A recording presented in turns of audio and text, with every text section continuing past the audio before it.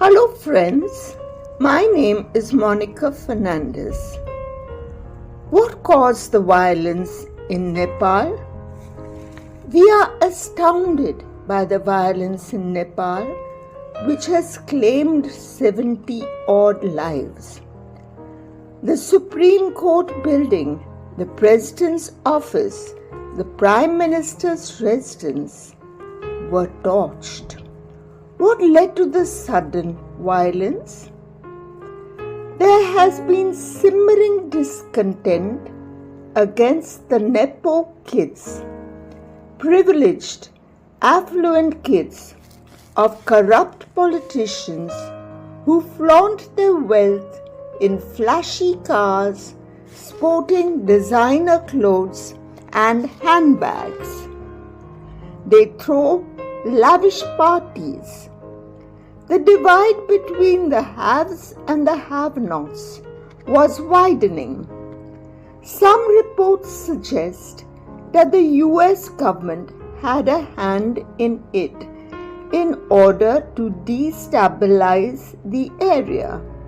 Maybe. The immediate cause for the violence was the banning of 26 major social media platforms such as Facebook, X, and others. The government justified its action, stating that these platforms did not register with the authorities as per new regulations. Also, they stated that the step was taken to regulate cyber crimes and stop the spread of hate speeches. But the overreaction by Gen X was totally unexpected. They went on the rampage and lost all reason. Social media has become an obsession with the younger generation. Rohit Chakratirtha, in his excellent article, says, "Such is the wisdom of Gen Z that they torched their own buildings, which will have to be rebuilt at the taxpayers' cost." He goes on to say, why did they do this? Because someone snatched away their favorite toy, the social media.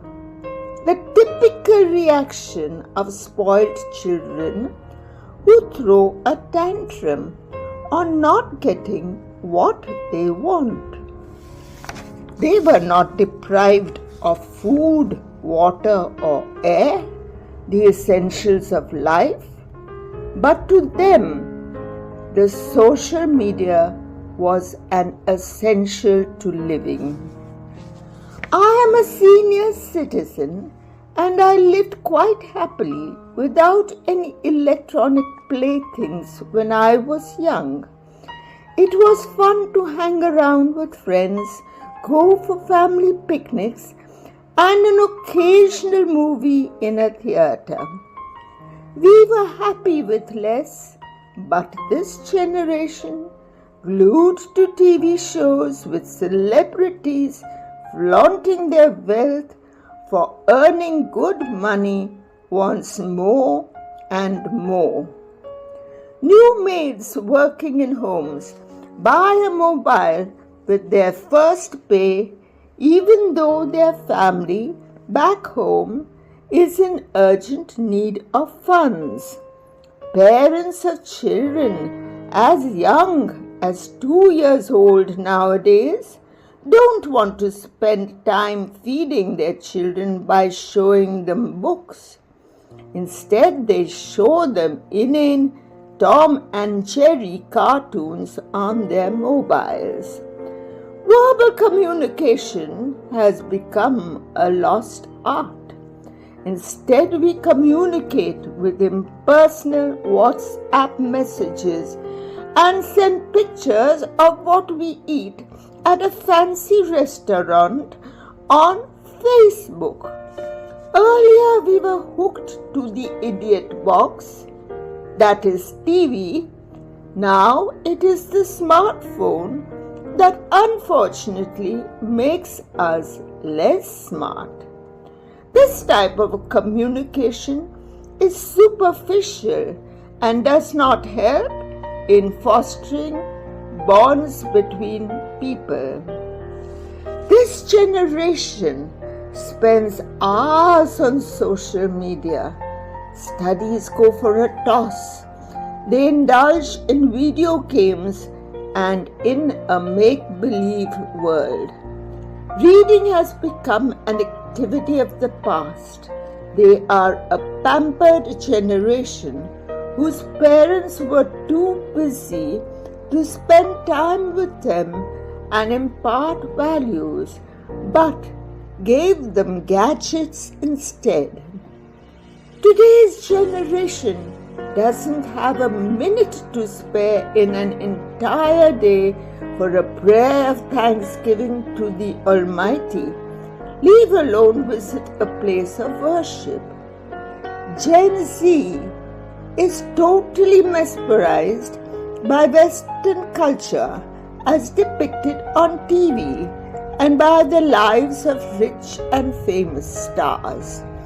It's fast food and fast living for them. They are utterly self-centered. Deprive these spoiled kids of their toy, that is the social media, and all hell breaks loose. The smallest and most important unit of society is the family. We need to patiently inculcate the right value system in our kids before it is too late. We should say at least a short prayer, go on holidays and picnics together. It is the parents' duty to encourage the reading habit, to watch good plays and movies together. Parents should get their children to help in household chores, especially if both parents are working. We should communicate with each other by sharing the issues we faced during the day or a joke. Let's make our children human beings with feelings instead of robotic slaves of the social media.